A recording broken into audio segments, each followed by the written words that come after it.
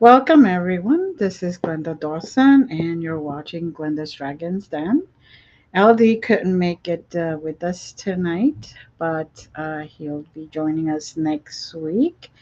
And I just want to say thank you to our audience and to uh, the people who continuously email us, send us messages, and we thank you for all the comments and, of course, anyone in the chat.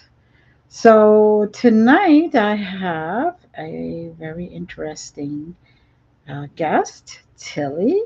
How are you today? Hello there, Glenda. I'm doing very well. And what about yourself? I'm doing fantastic. Thank you.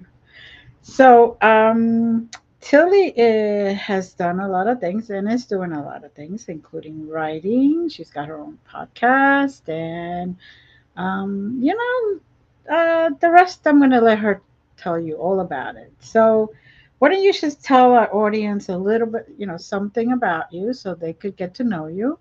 And then, oh, also, before we go, ladies and gentlemen, please remember her show so you can go and you can watch it and you could support her also. So, come on, Tilly. Tell us all about you. Sure. Well, my friends, my name is Tillie Treadwell. I am, you could say, a modern day paranormalist, author. Um, I think that mostly sums up who I am today. Although, on a personal level, I am a paranormal experiencer, and I have been from apparently in the cradle or in the little baby carrier. That's my earliest recollection of a paranormal experience. I was born in Lake Mary, Florida in 1991, and I've traveled back and forth between the northern states and Florida my whole life, for family and whatnot. So I've had a nice mismatch of paranormal activity, you could say, between here and there. And I think that life is really and truly quite magical. I hope simply to share that with everyone as we walk each other home. Mm, very good. Now, so tell us about some of the writings. Um, what have you done? What have you collaborated with? Mhm. Absolutely. Well, my biggest project right now is the book that Tim R. Swartz, myself, and our writing team over at Zontar Press are producing. This book is actually in the final stages. It's going to be released here within most likely the next 8 months, if it even takes that long.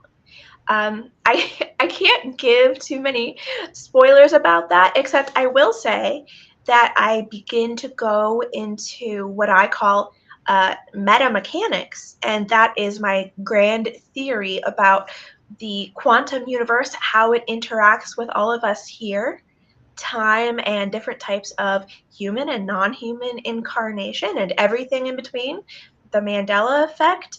All of that and true stories of my own are going to be in this book. So I would highly recommend that people keep their eyes open for that. And of course, on my show, I'll offer updates. So you may want Mhm. to head over there and subscribe. Outside of that, I have an article authorship deal with the Quad Coalition of Sciences and the International Dog Man Project. Mhm. Um, right now, I am working on a three-part series for the subject of dog man and dog people. Werewolves are also included in that. And Mhm. then each month, I do provide another article that is seasonally or holiday appropriate. If you'd like to learn more about that, you just go on to Facebook, search the Quad Coalition of Sciences or the International Dog Man Project, request to join the group, and that's the only place you can find these articles. Something more recent, um, I have scored a book deal with Joshua Cutchin, if you're Mm. familiar. So he and I are going to be working together in the future. And then the newest development, I can't share too many details yet, but I might be writing stage plays for a massive, really cool show that works with state operas and things like that. So, Nice, nice. yeah, I keep busy. So, how did you get there? We talked about when you had paranormal experiences when you were saying that when you were an infant, basically, and then you started writing. Like, Mhm. what was the transition like? Was it a calling? Was it just coincidence, as people say, just at the right place, the right time? So, Sure. I I like to think that it was a type of quantum alignment magic and mhm, prayer that got me there. So for myself, I regard prayer as being mindful and choosing my own adventure every step of the way as much as I can. I'm big on free will and using that to create the best life choices possible. And I think that that attitude is magical in itself. So, beyond that, I have a rich history of true, or at least I believe they're true, experiences to pull from mhm, since the time I was in the baby carrier. And this fascinates people because other people have had similar experiences, and it's fun to compare notes. mhm, And let me see. Essentially, it was a lot of synchronicity, being in the right place at the right time. mhm, I would say stumbling across the right people at the right time, too, really. There was the one morning this past year, last March, for example, I was cleaning the kitchen. I was dreadfully bored of listening to the same stuff over and over and over. So I put on Coast to Coast. mhm, For anyone who may not know, Coast to Coast is a massive show that is played internationally. They have wonderful guests and hosts, in my opinion. They cover all kinds of paranormal stuff. I put on the show. Tim Swartz happened to be the guest that day, and he was discussing his, at that time, most recent book, They Make the Others Among Us. mhm. I was so impressed by this guy's attitude, by his humility, his open mindedness, his fairness towards non human people. And I just decided I want to know this guy. I want Mhm. to at least try to help him and be of service as much as I can because I think that he has truly earned it. So I reached out to him via email, and believe it or not, he got back to me pretty quickly. We became friends, and the rest is history, as they say. Oh, it's wonderful. It's nice to hear that no matter how uh, big he is, he still responds, because Yeah, there's some people that once they go to a certain level, they just, yeah. it's their assistance or they never respond. So it's nice to hear that. Yeah. Oh, So, he's wonderful. yeah. He is the co-creator of the Weird Walk Home, and he is also the critical reviewer now on that show. And Mhm. he appears with me. Well, he's starting to appear regularly with me too. So Nice, we do a nice. lot together. We work very well together. He is one of the most humble human beings I've ever met, Hmm. and I have a lot of affection for him and a lot of respect for him, personally and professionally. Nice, nice. Now you say part of his job is to review things to make sure that uh, review in what way? I guess I should ask. Sure. He provides critical review, so he makes sure that I'm not putting out anything whack, basically, because I can have a funky sense of humor, and it doesn't always land well. So he makes sure that I'm not too like off the rails in that way. But then he also reviews and makes sure that all of the facts are correct. He double checks Mhm. all of my work. He Good. double checks the lighting and the aesthetics and the content clips that I choose for the show as well, just to make sure that everything is cohesive and well done. And Good. yeah, so there's a lot to it there. Mhm. He's a pretty cool Swiss knife, if I do say so myself. So, I'm sure the audience would like to know more about your growing years and how the your experiences affected you, or if you were Yeah, able to talk about them, or. yeah, for sure. So, I was born into and grew up in a super old school German and Irish family. Mm-hmm. Let me think. I think the best way to describe them is that they saw children as best being seen, not heard. They Mm-hmm. were heavily, in my opinion, emotionally constipated. They didn't laugh very much. Um, yeah, they also thought that I had issues. They thought that I was born with screws loose Right. because of the things that I was seeing and saying. And I was told my whole life growing up that I should never talk about Mm-hmm. anything that I see. And Mm-hmm. that if I talk about it too much, people will come and take me away and put me in a mental institution and put Mm-hmm. pills down my gullet. I didn't Mm-hmm. love that, you know? Mm-hmm. So I'm the only person in my family who has the biological quirks that I do.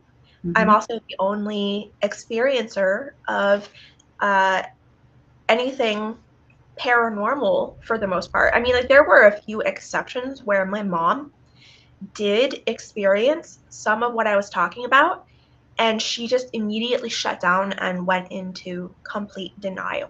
She couldn't handle it, which Mm-hmm. I understand now where she was coming from, Mm-hmm. because now, as a fully formed adult, I understand that my experiences are completely out of the realm of the norm in every way. Mm-hmm. And so although I do say that my biological family didn't handle this well, I don't think that they treated me well. They didn't have any empathy for me. And now, because I still say I understand now Mm-hmm. where they were coming from, and I have empathy for that and sympathy for that. And so I try to leave that emotional content as much in the past as I can, but I still want people to understand that this has been my experience, and now I speak out to try to help people who also are being labeled as insane and may Mm-hmm. have been, from childhood, who are probably actually experiencing something else. Right. So Right. I do have a few years of um, professional, clinical mental health training, Mm-hmm. and I come with a clean bill of mental and emotional health. I have no issues with like schizophrenia or schizoaffective or bipolar or any personality disorders. I have nothing going on. So I think I'm in a pretty good place to try to offer maybe just a completely different point of view. Mm-hmm. Um, does that answer your question? Pretty Yeah. much. I Oh, think so. okay, cool, cool. I realized I was maybe starting to ramble a little bit, but I No, didn't. you know what? That when we start talking and you just go, anybody goes off, it just means that it was meant to be said in my book. Okay. So, so would you be able to share like an experience or two that you had when you were young, or? Sure, sure. The first one that I ever remember having, Mm-hmm. I was, well, understanding how infants grow, I would say that I had to be no more than like 3 to 6 months old. Mm-hmm. I was in a, a baby carrier with the handle that you use Mhm. to carry a baby in the car and whatnot. Mhm. I was wrapped up in a really nice, fluffy baby blue blanket, Mhm. and um, I had a nice pacifier in my mouth. I was just sitting there happy and content. There was a ceiling fan going around and around and around at um, I think it was my aunt's house at that time from when I had talked to my mom Mhm. about this briefly. But I was just sitting there happy and enjoying it. And then all of a sudden, I was just poof, I was out of my body. And she presented herself to me as the moon, Mhm. but I have no idea who this person actually was and what her genetics were. I just don't know.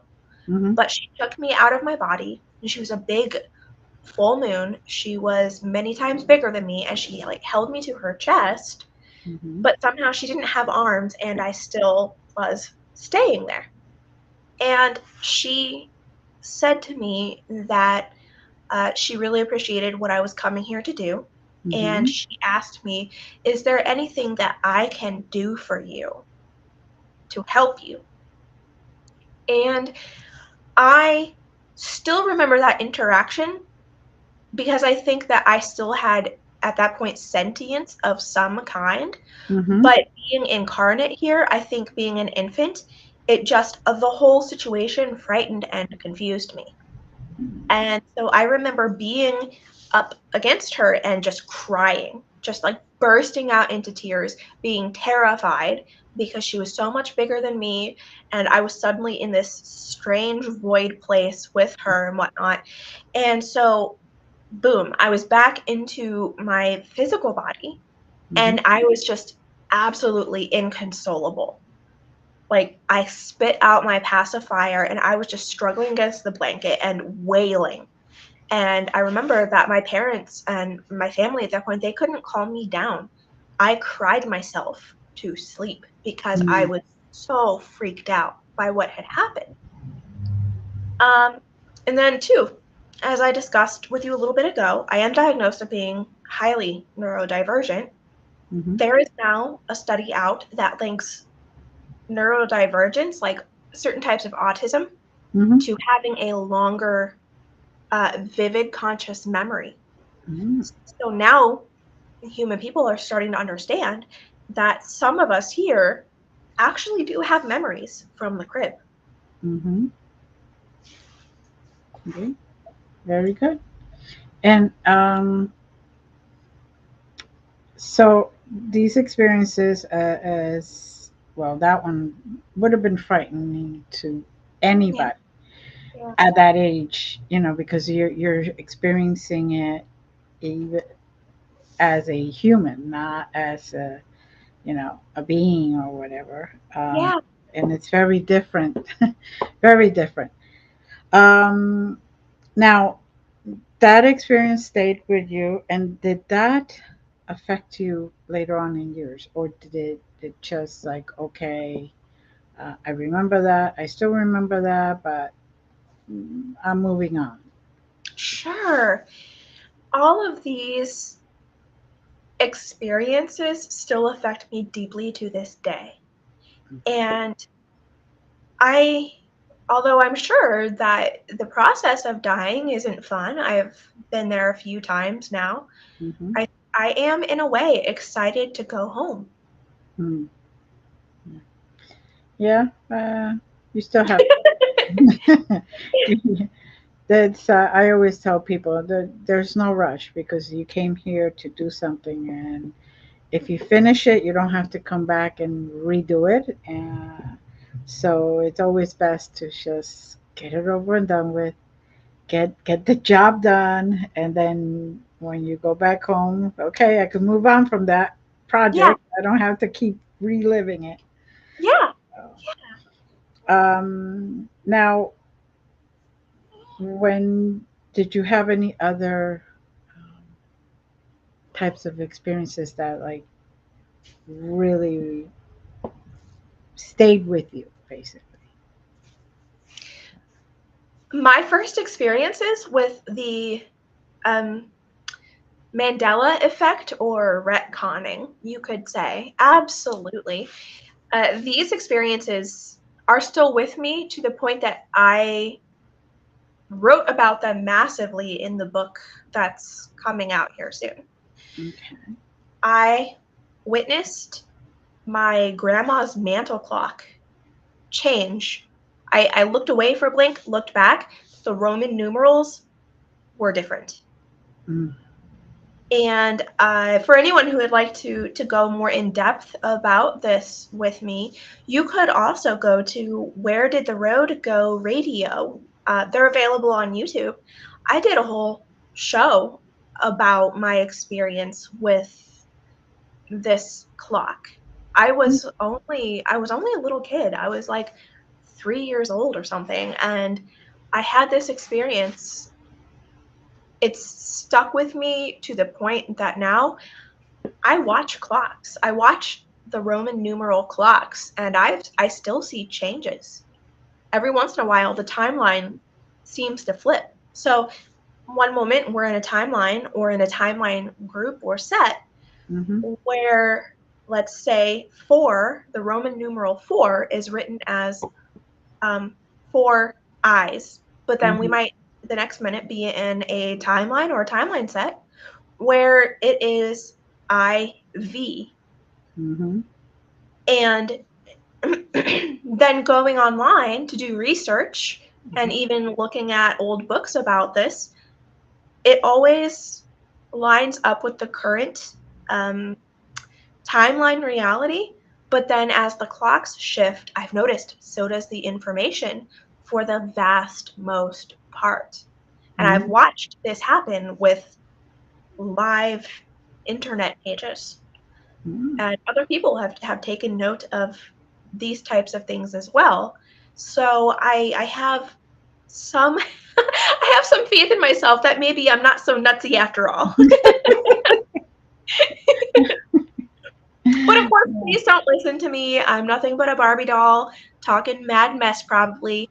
I could I could be crazy. Please, everyone, um, deduce reality for yourself. But I believe in the Mandela effect, and I believe what it, as I see it, it could be that. I mean, there's different theories, but one that I think to resonate a little more is that we jump at that moment um, to different dimensions, for example, and we see ourselves in the other dimension, and then all of a sudden we're back in this one. You know, so it's very interesting, and how many times haven't we said, "Oh no, that wall was green the whole time," and then somebody's like, "No, it's been blue the whole time," and we're like looking at each Exactly. other like, "Wait a second, I know it was that color." Yeah. So, but yeah, Have um, you ever experienced the Mandela effect or retconning for yourself? oh yeah, You have. hmm it's Wow. it's it's one. I'm 60, over 60. Okay, I'm in my 60. I've experienced a lot of stuff. So. Well, I think that that's great. We can be nutty as acorns together. So now I understand that what that experience when you were very young is very scary. Was there any other experience that really became scary for you? Um, Oh, no, to be honest. Any other experience that I've had has been, at least I think, really positive. Um, I regard, honestly, most human beings as monsters compared to the non-human experiences that I've had. If you want the full truth, I've gotten a lot more trouble and abuse and pain and dishonesty from human people mm-hmm, than I have ever from any non-human encounter. So even the so-called demons and parasites, Mm-hmm. they've treated me very well, and they've been instrumental in helping me to understand apparently how this world works. And without them, I wouldn't be able to even begin to make now the new series that I'm putting out on the Weird Walk Home, which Mm-hmm. is meta mechanics, talking about vibrations Mm-hmm. and how things like temperature, time, consciousness, light, noise, or sound, and cymatics play a role in all of this. Mm-hmm. But even the so-called darker entities, that's what human people call them, I don't see them as dark entities at all. I see them as opportunities and blessings that human people misconstrue. They have taught me that they only target certain types of human beings. And according to their morality, it makes sense to me, and I support them in that. And this was a big part of my work with the Catholic Church and the so called victims of these hauntings, Mm-hmm. because these human people did nothing but lie about what they were doing, the lifestyles that they were living, addictions that they had, family abuse that they were perpetrating. And Mm-hmm. because they were putting out all of that free food energy, that's what drew these non human people in to eat that energy. And they've told me time and time again, if this person stops drunk driving and stops abusing their kid and their husband, and or stops causing drama and trouble, Mm-hmm. stops stating their opinion as fact, all of those kinds of things, then we have nothing to feed on. There is no food for us here. We'll go away. But in the meantime, this is nothing personal. They are giving us free food. So why shouldn't we eat? We have to live too. There you What do go. you think about all of that, though? I think that if you stay negative, negative will feed off you. If you stay positive, you'll have positive beings around you because that's what you shine. Yes. So it's that's just it's like I call once you find your tribe, you find the tribe, the people around you who resonate with you, who resonate Yes. in the same vibrational level that you do. Yes. So that's the whole thing. Now, did you ever go actually like I know that a lot of people are interested in paranormal investigator. Did you actually ever have a team or go with people, Yeah. and how was that? Yes, we were with the Catholic Church. We Mm-hmm. were what I would call an exorcism light team. Okay. Yes. Okay. The core team, there were four of us, but sometimes there could be as many as five to six, and occasionally seven, just Mm-hmm. depending on what the case was supposed to be, depending upon the location and the reported activity. Um, but yes, we absolutely had a core official team, Mm-hmm. and we investigated several types of alleged hauntings and types of activity, from what turned out it seemed to be forest or wood or nature guardians that were Mm-hmm. being misunderstood, Mm-hmm. to alleged demons and parasites and poltergeists. And then there were a few cases that I thought they were straight up um, earthbound fairy or elemental types as well. Mm-hmm. There was a lot of variety there, which I don't know. I thought it was cool. It taught me a lot. Oh, definitely. A lot of people think that every single terrible thing that happens in a place that could be allegedly haunted is demon, and it could just be a spirit who's extremely angry Mhm. because they're misunderstood, disrespected. They Yes. they can't move on because they're being pulled back every time. So there's a lot of investigation that has to get taken be taken place or take place um, Mhm. in order for somebody to be called um, into an exorcism or anything like that. I mean, um, just because they appear to be a demon, that doesn't mean they're a demon. Uh, Correct. it could be just um, somebody that's, just a very angry soul, unfortunately. Mhm. There's a lot. There's a lot in between here and there, and people just go straight to there without checking all the facts first. I know that. Yes, yes. And so this gets into the unfortunate habit of most human beings Hmm. to state their opinions as fact. Hmm.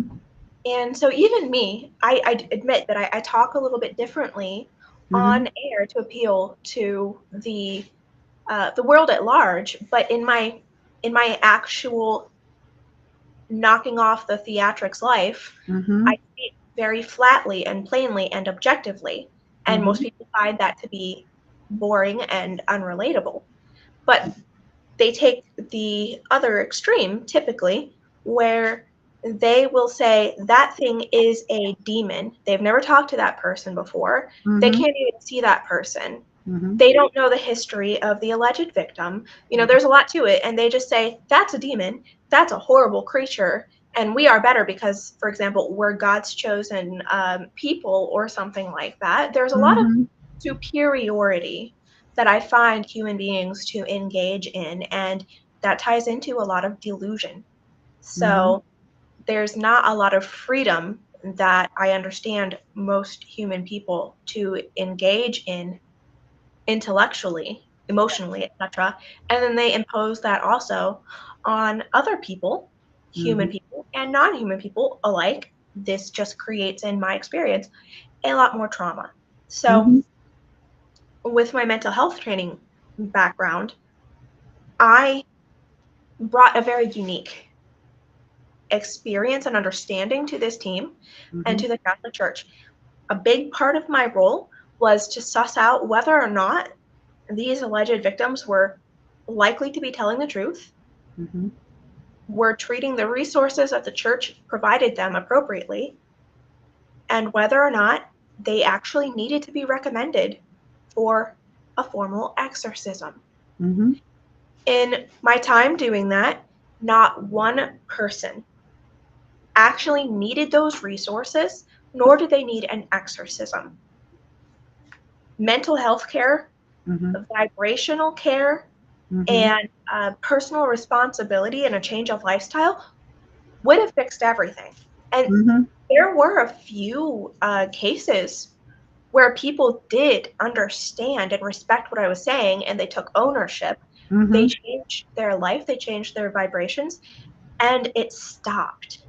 The Hmm. activity stopped. Now, Steve Mara, if anyone's familiar with this gentleman, he's over in the UK. He has been investigating. I actually I think for longer than I've been in this life. Oh my gosh, talk about dating myself. But he is a brilliant guy, in my opinion. Hmm. He is now talking about exactly what I just said, that if people stop the emotional extreme responses and they make certain lifestyle changes, a Hmm. lot of the time this stuff goes away. And he recently made a very bold claim that in all of his years of doing this work, Hmm. only about 12% of like house blessings were successful in the moderate to long run. Hmm. I have been waiting for someone to talk about this because when I was with the Catholic Church, I was told that I should not talk about anything that I know, that I see, that I believe outside of the team because the science doesn't make sense to them. And although they believe me, humanity at large isn't ready. I think finally with people like Steve Mara and Barry Fitzgerald and now Greg Ogles and Tim Swartz, I think people are now ready to start understanding the science behind these things because there is a scientific core to everything Hmm. that human people believe is magic, in my opinion. Mm-hmm. to the point where I have three distinctions of magic. I have MAGIC, Mm-hmm. that's stage magic, sleight of hand, Yeah. that kind of thing. And then there's MAGICK, that's Mm-hmm. ritual magic. This gets more, though, into the quantum portion of it. And then Mm-hmm. there is what I call magic, MAGIQ. The Mm-hmm. Q stands for quantum. Mm-hmm. And it's really about metamechanics Mm-hmm. and how all of this is scientific. And I think that over time, maybe the human sciences will bear out more of what I've been experiencing and being told my life, my whole life. I hope that makes sense. Thank you for coming to the TED Talk. I appreciate you. It makes sense. It makes sense. Everything is, first of all, everything is opportunity, right? Yes. Then we have the fact that um, with, like, for example, within the matrix, there's science, and science takes care of everything. You think about it. Science takes care of the plants. Science takes care of how the weather affects happens and all that other stuff. So why wouldn't it affect? Wouldn't you be able to explain it or understand it, the paranormal world, through science? I have been in events where they actually compare notes and give all the data to a scientist so the scientists can prove that it was scientifically done, that it did that. Ghosts are not just there, that they are there, that there's a reason why they're there, and this is the possibility of why they would be there. So scientifically, paranormal, metaphysics, and science, and even beliefs could all be tied together if people just paid attention. I agree. Um, Now, as far as you being on that team, that is very commendable because that is a very hard job. Thank Being you. it is. I have been in in fully from the beginning to the end of a few exorcisms because I helped and then I did one myself, even though it wasn't the church, Catholic Church, sanctioning me, but like we don't know the need was great, and the need it would needed to get done before that whole approval 2 years down the road type of thing. It needed to get done like this. It was affecting a child, so there was no time for full approval for any of that stuff. Um, Sure, I hear ya. so, but that is hard too because you got to walk into a person's house and be very open and very understanding, and then watch every detail, Exactly. every Oh yeah. detail, Oh because yeah. even the lifestyle change. Maybe they're drinking so much that they're becoming violent, and then that adds to the negativity of the house, and then that add, Yeah. add maybe the violence that they're doing is against their wife, for example, or their husband, and then the parents or the grandparents of that person are there going like, "What the heck," and being trying to save and protect the person. Yeah. Oh yeah. A So lot of enmeshment yeah, and a lot of irresponsibility. Absolutely. And as far as actual exorcisms go, hmm what I have been told by these so-called demons is that they have to be invited in. Even if it's a child, there is some type of soul contract going on to yeah, fulfill a storyline. And right. so they don't take it seriously or personally. And then, too, I've come across a few cases where the so-called exorcist and the so-called demon are familiar with each other, and it's just kind of a feeding game on and off. And I That's a large reason why I left religion. Yeah. I left the church. I won't work with them anymore. Mm-hmm. I don't agree personally with what they're doing, although I support everyone else if they want to have that adventure. Mm-hmm. That's just my understanding of the mind games going on behind the alleged exorcism. Mm-hmm. But Uh, I'm most open to your feedback and experience. Absolutely. yeah, I've only my whole life I experienced my first exorcism at the age of 5. So Really? yeah, yeah. I was needed for my light, is what I was told. Okay. Yeah. So somehow the entity uh, would come down when I was there, and it wouldn't be doing harm to the person. And um, when they decided to actually do something, then I was called just to kind of blind them, kind of to calm them down so they could detach it, basically, and send it on its merry way. Okay, go ahead. I know you have to go someplace else now, so go. um, but yeah, yeah, it's not something I like to do either because Yeah. it takes a really does take a toll on the person who's doing it, Yeah. and if they're doing it right, it really does take a toll. It does. And what is a big disadvantage over here? So we are, if we're energetic empaths here in this physical incarnation, Hmm. we lose life force energy that we cannot replenish, at Hmm. least not on our own. But over there, the non human person who is in a physically lighter vibration, Hmm. they are just purely gaining energy from all of that interaction. Right. So it's not exactly a fair or healthy game at all. So Mm. this is why I talk about having healthy family systems, Right. having healthy individuals, healthy couples, healthy, like mentally and emotionally healthy children who are um, well occupied and well protected, so that Hmm. this stuff doesn't even have to take place, Right. if that makes sense. Hmm. Hmm. Yeah. It makes sense. It makes sense. Um, now, in your now, I'm assuming you received some type of training to be in that team, or did they train you as you were going? Trained me as I was going. Okay. I was specifically recruited by the, at that point, leader of the group. He chose me. Okay. And so I came with a bunch of qualifications already.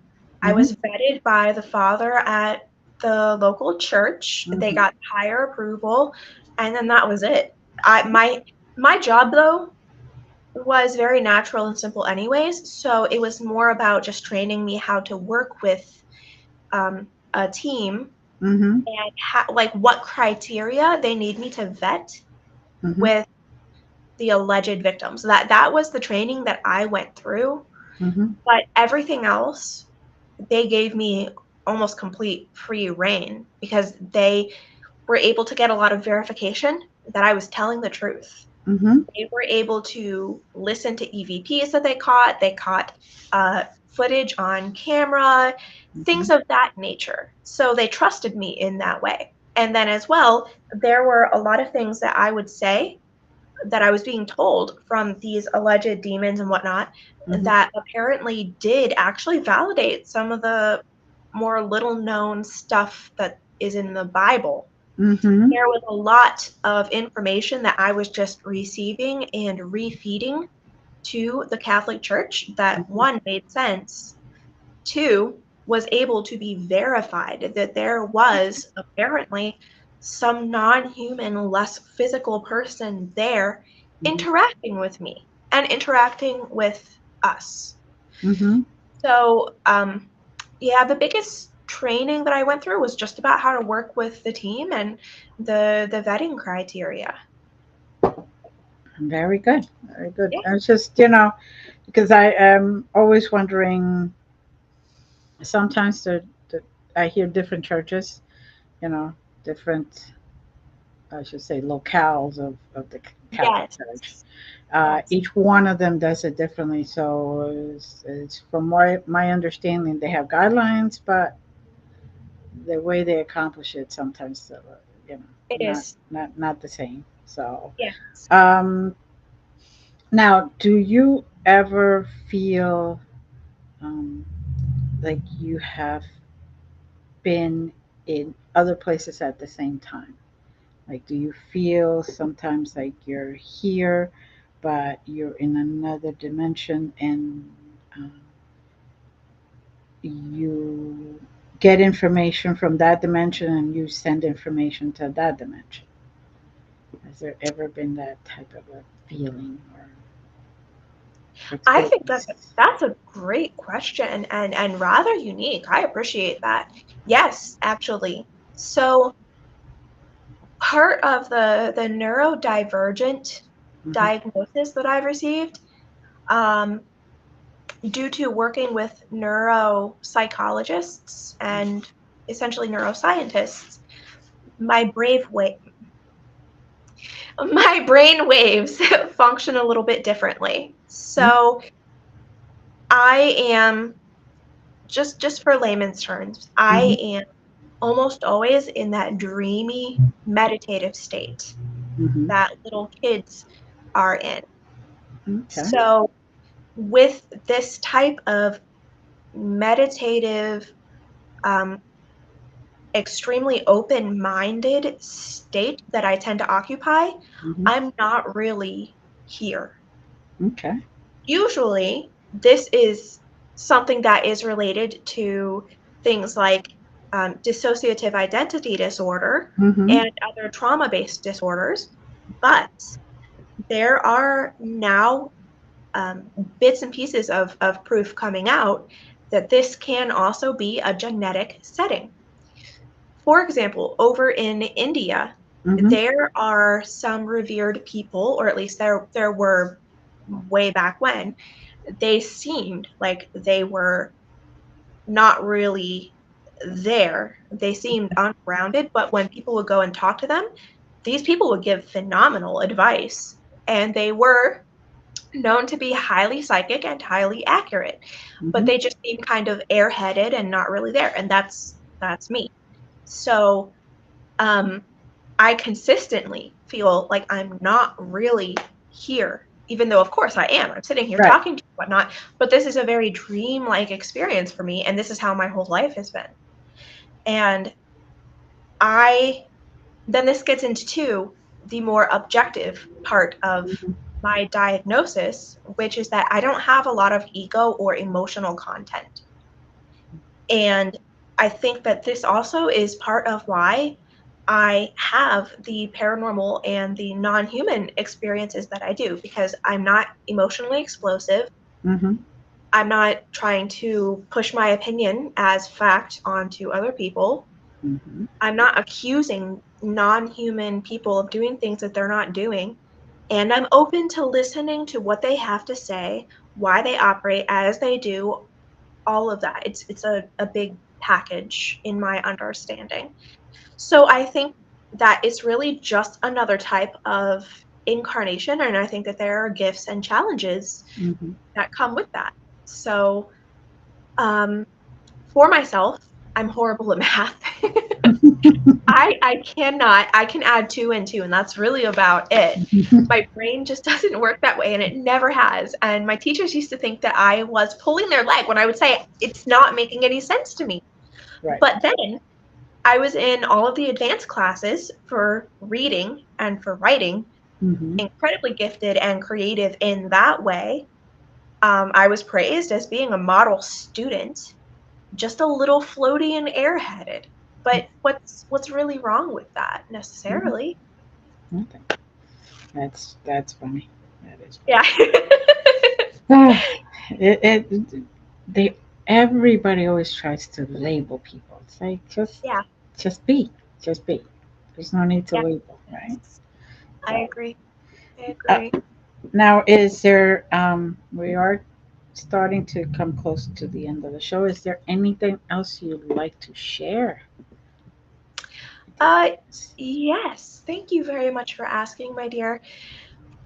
Well, my husband and I are moving out of our cottage here next month, Mhm. and we are going to be starting to hold walks in person.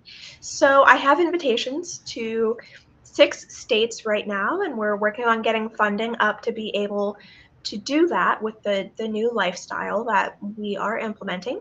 And Mhm. then on top of this, uh, I've been working with a fantastic artist for the last month and a half. We've just finished our first merchandise design. So the Weird Walk Home merchandise is coming soon.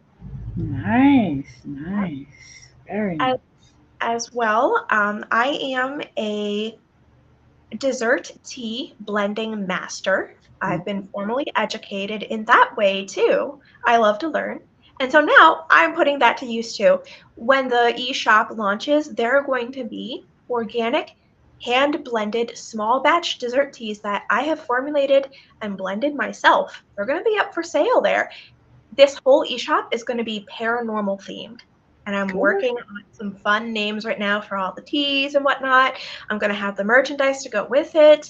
And then gift boxes will be available too. I'm going to try to do one for each season so that everyone gets a really nice tea experience. And yeah, oh goodness, I think that covers it. Nice, very good. Well, I would like to thank you for being so candid and so open.